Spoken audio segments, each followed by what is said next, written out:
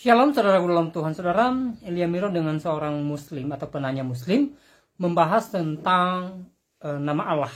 Dan Elia mengatakan bahwa Kristen lebih dulu menggunakan nama Allah daripada muslim. Dan itu jelas saudara dalam Tuhan. Kalau kita lihat dari sisi sejarah, ya, muslim ada di abad ke-7 sementara Kristen ada sejak abad pertama.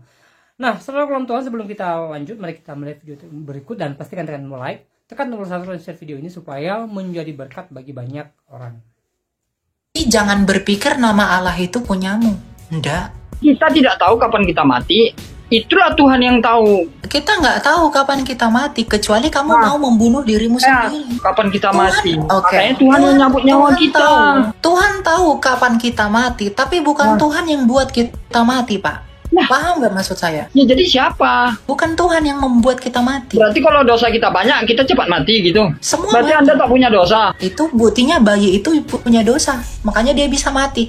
Kalau bayi itu suci, berarti dia seperti Allah, nggak bisa mati dong. Jadi kalau kamu bilang bayi itu lahir suci dan dia mati, itu tipuan, bohongannya. Kalau bayi itu suci, dia lahir lalu mati, lalu ada yang bilang bayi itu lahir suci, itu bodoh, tipuan, ya. Jadi orang manusia itu mati karena dosa, karena dosa. Paham nggak? Bukan karena Tuhan ciptakan nih. Dia udah tahu dia udah tahu ada orang yang masuk neraka, tapi diciptakan untuk dicabut nyawanya. Buat apa itu? Tuhan apa itu? Gitulah ya. Ya, gitulah. Ya. Tuhan ciptakan Elia. Dikasih hidup. Terus dicabut lagi nyawanya biar mati. Untuk apa kurang kerjaan? Ya kalau Tuhanmu begitu, ya itu urusanmu. Suka main-main drama berarti. Punya kami nggak gitu. Ya Allah. Kami tidak kenal Allah. Allah jadi itu apa dasar bangsa Arab. Kami tak kenal Allah. Iya, jadi dasarnya di Alkitab tuh ada nama Allah dari mana? Allah itu gitu. Kan kami duluan di tanah Arab daripada kalian. Kalian kan baru lahir di abad ke-7 toh, dari nabimu. Kalau kami sudah ada di abad pertama. Kami duluan yang menggunakan bahasa Arab daripada kalian. Nabimu belum lahir, kitab suci kami sudah selesai. Coba jelaskan, mau bertanya tentang Matius 11 ayat 25. Tolong bacain dong. Matius 11 ayat 25. Bentar ya. 11. Ya, apa yang mau ditanya, Pak? Ya, coba bacain. Ayat 25. Pada waktu itu berkatalah Yesus, Aku bersyukur kepadamu Bapa, Tuhan langit dan bumi, karena semuanya itu Engkau sembunyikan bagi orang bijak, orang pandai, tetapi Engkau menyatakannya kepada orang kecil. Betul? Berarti Bapa dong yang Tuhannya. Ayat 27 nggak dibaca? Ayat 27 nggak dibaca? Emang apa isinya? Semua telah diserahkan kepadaku oleh Bapakku. Ya seharusnya kan Bapa yang lebih tinggi daripada Yesus kan? Coba dibaca. Semua telah diserahkan kepadaku oleh Bapakku, dan tidak seorang pun mengenal anak selain Bapa, dan tidak seorang pun mengenal Bapa selain anak, dan orang yang kepadanya anak itu berkenan menyatakannya. Artinya apa? Kita tak mungkin mengenal Bapa tanpa anak, karena anaklah yang menyatakan Bapa. Karena anak itu di dalam Bapa, dan anak itu adalah firman-Nya Bapa, akal budinya Bapa sendiri, yaitu firman Allah. Yohanes 1 ayat 4. Tolong coba jelaskan apa beda Yesus, Bapa sama anak tunggal gitu. Oh, Bapa itu adalah sebutan kepada Dia Allah yang Maha Kuasa sebagai Ya Allah tuh siapa? Bukan Ya Allah. Allah tuh. Kami tidak kenal Allah. Allah Jadi itu apa dasar bangsa Arab. Kami tak kenal Allah. Iya, jadi dasarnya di Alkitab tuh ada nama Allah dari mana? Allah Itu gitu. kan kami duluan di tanah Arab daripada kalian. Kalian kan baru lahir di abad ke-7 toh, dari nabimu? Kalau kami sudah ada di abad pertama. Kami duluan yang menggunakan bahasa Arab daripada kalian. Nabimu belum lahir, kitab suci kami sudah selesai. Jadi jangan berpikir nama Allah itu punya agamamu. Enggak. Kami udah duluan memakai itu. Kitab suci kami sudah dikanonkan gereja Katolik. Baru 400 tahun setelah itu, nabimu lahir. Iya toh? Jadi jangan berpikir nama Allah itu punyamu. Enggak. Halo. Ya, gitu ya. Bentar, Gitu ya, oh nggak bisa dilihat ya kalau keluar bentar ya. Nggak Nggak ada bisa. suaranya, Bang. Suara Bapak nggak masuk ke saya. Enggak, saya bingung loh. Coba Anda pahami betul-betul Matius 11 ayat 25 nih. Berarti Yesus dan Bapa itu berbeda gitu. Ya memang Coba Yesus lah, dan Bapa itu berbeda, Pak. Iya, Yesus memang dan berbeda. Bapa itu berbeda hypostasis. Seperti tubuh Bapa berbeda dengan pikiran Bapa. Tapi sama-sama manusia toh. Yesus yang adalah anak dengan Bapa itu berbeda tapi sama-sama Allah. Tapi bukan berarti ada 2 Allah atau 3 Allah. Sama seperti kamu. Kamu punya tubuh, kamu punya pikiran atau firman, kamu punya roh. Tubuhmu manusia, nggak mungkin tubuh ayam. Pikiranmu adalah manusia, nggak mungkin Enggak. kucing. Oke, Dengar dari mana dulu, kalian dengar dapat? dulu. Dari mana Dengar. kalian dapat kata-kata seperti itu? Maksudnya dari mana kok bisa anak Yesus, anak Dia putra? disebut anak, dia disebut anak karena dialah yang melakukan pekerjaan Allah Sang Bapa yang keluar dari diri Bapa sendiri. Makanya firman itu disebut anak, Yohanes 1 ayat 14. Gitu loh. Berarti Jadi Tuhan dia disebut anak bukan karena kawin brojol. Enggak, Pak. Jangan pakai pikiran orang Arab, jangan pakai pikiran orang Indonesia untuk menilai pemahaman orang Yahudi. Seperti misalnya, saya katakan anak tangga. Apakah tangga beranak? Anak buah. Apakah buah beranak? berarti Tuhan kalian laki-laki ya? Loh, dia nggak laki-laki. Yesus berkata Allah, ya Allah itu roh. Dan roh itu genderless, Pak. Terus yang kesembah kan Yesus kan laki-laki. Nah, Yesus kan inkarnasinya firman. Inkarni di dalam daging. Itu untuk menggenapi bahwa yang dijanjikan itu adalah raja dari tongkat Yehuda sebagai Mesias yang disebut dalam Kejadian keturunan perempuan. Ya harus laki-laki. Oke. Dia tuh Yesus kan di tiang salib untuk menebus dosa umat manusia kan katanya ya kan? Menebus manusia dari dosa. Menebus manusia dari dosa. Sedangkan yang disalib waktu itu ada 3 orang. Kenapa yang teman gua tuh nggak dianggap Tuhan gitu? Loh, Yesus kan disalib bukan karena kesalahannya. Yang 2 orang itu kan karena kesalahan mereka. Yesus, apa kesalahan Yesus? Pengadilan Roma aja nggak bisa membuktikan Yesus bersalah, Pak. Oh, berarti kalau memang Yesus nggak bersalah, itu kenapa dipaksa gitu? Ya, itu desakan politik orang Sanhedrin. Sedangkan Yesus nggak mau sebenarnya disalib kan? Siapa mengatakan Yesus nggak mau disalib? Ketika Petrus menghalangi penyaliban, Yesus nggak mau. Yohanes 10 ayat 17, Yesus berkata, Aku memberikan nyawaku dan berkuasa menerimanya kembali. Jadi Yesus datang ke dunia ini memang untuk mati. Terus Mengalami kematian. terus Yesus pasrah gitu. Ya, dia kan datang karena kerelaan hatinya untuk menjadi korban yang sempurna. Ya, terus dia menyerahkan diri dia gitu. Betul. Sedangkan dia aja disiksa, katanya disiksa di filmnya saya lihat kan kemarin. Ya, memang betul. Iya, dengan berat hati dia, dengan berat hati. Enggak ada. Tapi dia ngapain dia bilang minta apa? Dalilnya Yesus berat hati di mana ya?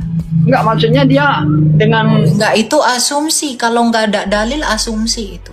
bukan enggak ada dalil. Ini Dia kan udah kasih dalil Yohanes kalau 10. tidak dia enggak mungkin disebutnya Eli Sabatani itu. Loh, Eli lama sabatani itu kan Yesus mengutip Mazmur 22. Apa? Yesus mengutip Mazmur 22. Ya, Eli sahabatani artinya apa? Nah, itu Yesus mengutip Mazmur 22. Apa artinya kemarin? Tuhanku, mengapa engkau tinggalkan Allahku, aku? mengapa engkau meninggalkan? Ah. Iya. Itu- Itu untuk menggenapi nubuatan di Mazmur 22, Pak. Bukan Maksudnya? karena Yesus nggak rela, nggak mau, nggak. Ah, Tapi karena dia ingin membuktikan bahwa dialah Mesias yang dinubuatkan oleh Raja Daud itu. Bahwa nanti Mesias itu akan berkata, Allahku, Allahku, mengapa engkau meninggalkanku? Dan Yesus sebagai Mesias yang benar mengungkapkan itu dengan mengutip Mazmur 22 itu. terus yang menyambut nyawa Yesus siapa? Nggak ada yang cabut nyawa. Yohanes 10 ayat 17. Dia kan manusia. No.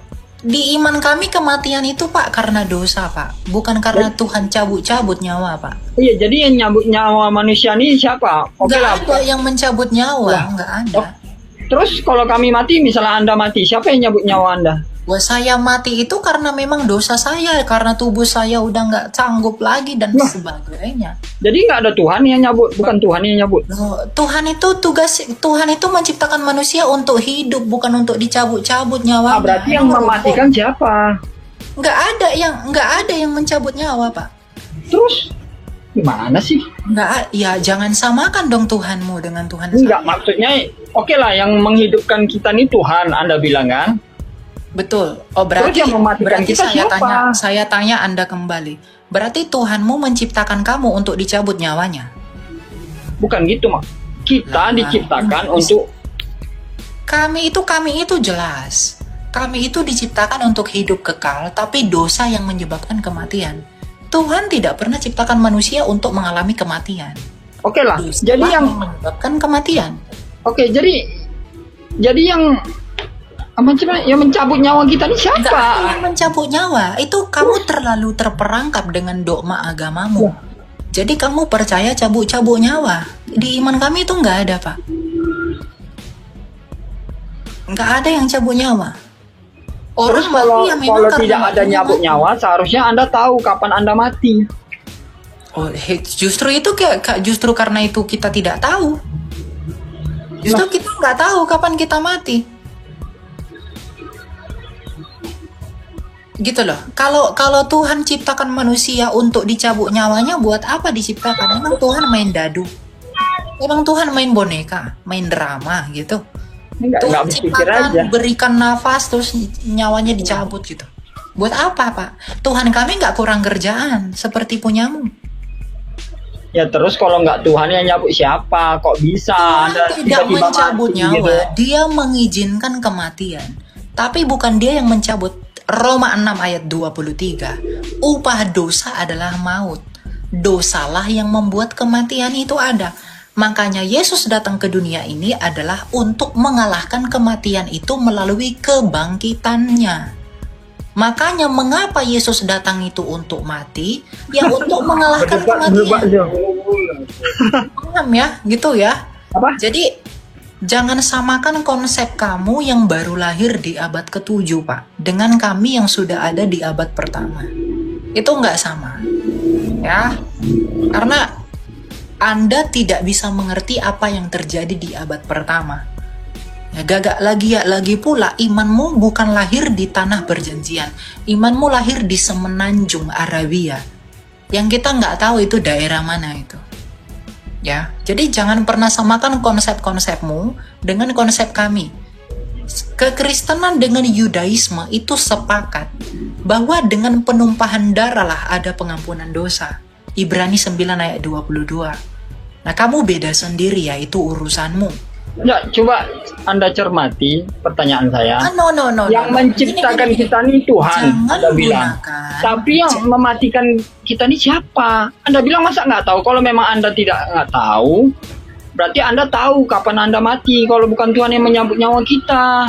Ya, kita nggak tahu kapan kita mati, kecuali kamu mau membunuh dirimu Nah, sendiri. kita tidak tahu kapan kita mati. Itulah Tuhan yang tahu kapan kita mati. Oke. Makanya Tuhan yang menyambut nyawa Tuhan kita. tahu. Tuhan tahu kapan kita mati, tapi bukan Tuhan yang buat kita mati, Pak. Nah. Paham nggak maksud saya? Ya jadi siapa? Ya, dosa kita yang membuat kita mati, bukan Tuhan yang membuat kita mati. Berarti kalau dosa kita banyak, kita cepat mati gitu. Ya, orang-orang berdosa ya pasti mati, semua mati. Semua Berarti mati. Anda tak punya dosa. Ya, saya nanti akan mati karena saya punya dosa. Oh, berarti tunggu dosa Anda banyak baru mati gitu. Loh, semua orang berdosa, bayi aja ada yang mati.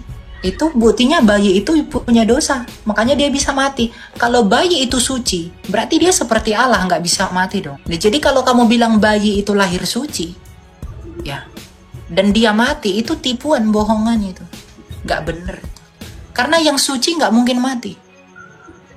Kalau bayi itu suci, dia lahir lalu mati.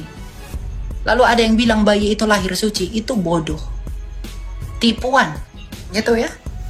Berarti Oke? berarti kalau kita diciptakan Tuhan, yang nyabut nyawa kita nggak tahu, kenapa kita harus dimatiin? Kenapa nggak tahu? Saya kan udah bilang yang membuat kita mati itu adalah dosa, kuasa dosa. Dosalah yang membuat kita mengalami kematian, Pak. Karena Iya. di Alkitab, Oke lah dosa. Dosanya tuh macam mana dosanya? Maksudnya dosa ya sebesar dosa apa itu gitu? kan, Sampai kita mati gitu. Gimana? dosa itu kan kuasa maut. Tadi kan saya udah kasih ayatnya, Roma 6 ayat 23. Upah dosa adalah maut. Upah dosa adalah maut. Dosa, setiap orang berdosa pasti mengalami maut, kematian. Jadi kalau ada orang yang dikatakan suci, itu nggak mungkin mati, tapi faktanya semua orang mati, ya. Jadi orang manusia itu mati karena dosa, karena dosa. Paham nggak? Bukan karena Tuhan ciptakan nih. Tuhan ciptakan Elia, dikasih hidup, terus dicabut lagi nyawanya biar mati. Untuk apa kurang kerjaan? Ya kalau Tuhanmu begitu ya itu urusanmu. Suka main-main drama berarti. Ya punya kami nggak gitu. Gitu loh. Paham enggak? Berarti kalau Yesus mati itu dosa siapa? Loh, dia kan menanggung dosa kami. Galatia 3 ayat 13. Berarti Dia- sekarang Anda tak punya dosa dong? Kan tadi saya katakan kuasa dosa. Iya, Mau. tapi katanya udah ditanggung sama Yesus. Gimana? Kami itu ketika percaya sama Yesus, ya kami tidak akan mengalami maut kekal, yaitu neraka. Itu yang Yesus, kuasa neraka itulah yang dikalahkan Yesus, makanya dia menang. Pada hari ketiga dia bangkit. Dia kalahkan kematian itu. Maka kami yang percaya kepada dia akan turut menang seperti dia yang telah menang mengalahkan kematian itu. Dan kami harus mati dulu untuk tubuh yang fana ini digantikan dengan tubuh yang mulia. Karena ini tubuh yang berdosa, nggak bisa masuk kerajaan Allah tubuh berdosa ini. Tangan saya ini adalah tangan berdosa, badan saya ini. Maka ini harus mati dulu agar bisa digantikan dengan tubuh yang mulia, sama seperti tubuh Tuhan yang mulia, tubuh Yesus Kristus yang telah bangkit itu. Jadi ketika kami percaya sama Yesus, itu tentang bahwa kami dimenangkan.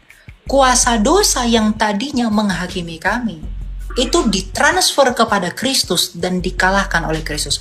Makanya dalam Galatia 3 ayat 13 dikatakan, ia dengan jalan menjadi kutuk, menanggung kutuk dosa kita. Karena ada tertulis, terkutuklah orang yang digantung pada kayu salib. Jadi kutuk yang seharusnya saya terima, itu digantikan oleh Kristus melalui iman saya kepada dia. Maka ketika saya percaya kepada dia dan saya mati di dalam dia, maka saya pun akan meninggalkan tubuh saya yang berdosa ini, dan pada hari kebangkitan akan dibangkitkan dengan tubuh yang mulia sama seperti tubuhnya dia yang mulia juga, yang sulung itu, yang pertama bangkit dari semua manusia. Gitu. Karena tujuannya kita sejak semula diciptakan, Kejadian 1 ayat 28 adalah untuk beranak cucu dan memenuhi seluruh bumi dengan kemuliaan Allah tanpa kematian. Makanya di langit bumi yang baru tidak ada lagi kematian, karena maut telah dikalahkan. Oke. Berarti apapun dosa kita hidup di dunia ini ditanggung sama Yesus gitu. Ya, kalau kita sungguh-sungguh percaya kepada Dia di dalam Walaupun kita membunuh orang, yaitu melawan ya, orang kalau tua, kamu membunuh, kalau kamu ngomong saya percaya Yesus, tapi kamu tetap membunuh orang, tetap nipu orang, kamu mati, kamu tetap ke neraka. Karena iman tanpa bukti itu nggak mungkin beriman. Karena orang yang percaya Yesus itu ditandai dengan bukti, Pak. Buktinya apa? Matius 7 ayat 15, Yesus berkata, dari buahnya lah kamu kenal mereka. Lah, berarti kalau nggak ada bukti semua kita nih gimana? Ya, untuk apa Yesus mati? Bukti orang beriman itu ya kasih, Pak. Kita memiliki kasih. Karena Roh Kudus telah diberikan kepada kita sebagai materai. Jadi orang percaya Yesus, ya, itu nggak hanya ngomong doang, tapi bertindak dengan perbuatannya. Tidak menyukai dosa, membenci dosa. Walaupun kadangkala dia jatuh, tapi bangkit terus. Tapi hatinya jijik dengan dosa, tapi kadangkala dia jatuh. Orang-orang seperti itu diselamatkan. Tapi kalau orang-orang yang orang-orang yang suka ngaku mulutnya percaya Yesus, tetapi dia tidak mau hidup dengan baik, ya orang-orang itu nggak diselamatkan. Nah, itu artinya dia tidak ada Roh Kudus dalam dirinya. Baik, saudara Tuhan, untuk video ini kita boleh simak apa yang disampaikan oleh seorang penanya Muslim di video tadi. Ya, dia membahas tentang nama Allah dan beliau berpendapat bahwa dia lebih berhak menggunakan nama Allah daripada orang Kristen. Nah, itu sih perspektif dia, itu tidak menjadi persoalan. Itu tergantung pandangan dan pengertian masing-masing. Tapi kalau kita lihat dari sisi sejarah, ya, sejarah menyatakan bahwa agama yang lebih dulu ada itu adalah agama Yahudi. Baru kemudian di abad pertama ada agama Kristen. Lalu di abad ke-7 ya, ada agama Islam. Jadi nama Allah itu sudah lebih dulu digunakan oleh orang Kristen di abad pertama daripada agama Islam di abad yang ke-7. Itu disampaikan oleh saudara Elia Miron di video tadi. Dan saudaraku dalam Tuhan, ya, kalau kita juga melihat di dalam perjanjian lama bahwa nama Yahweh itu sudah lebih dulu digunakan oleh bangsa Israel atau orang-orang yang Yahudi yang percaya kepada Elohim, ya. Nama Elohim, nama Yahweh, ya, itu sudah lebih dulu diteriakin, diserukan, disembah oleh orang-orang Israel. Bahkan dari Adam, manusia pertama, sudah lebih dulu menyebut nama Allah. Nah, kalau kita melihat benang merah antara perjanjian lama dengan perjanjian baru, maka itu jelas dalam Tuhan. Ya, silsilah dari Adam sampai ke Yesus Kristus itu jelas.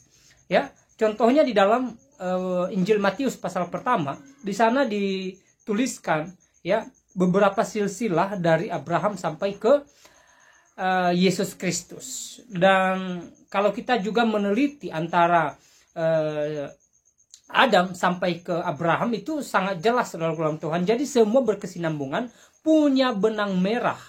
Jadi dalam Tuhan, antara perjanjian lama dengan perjanjian baru yang tidak bisa dipisahkan.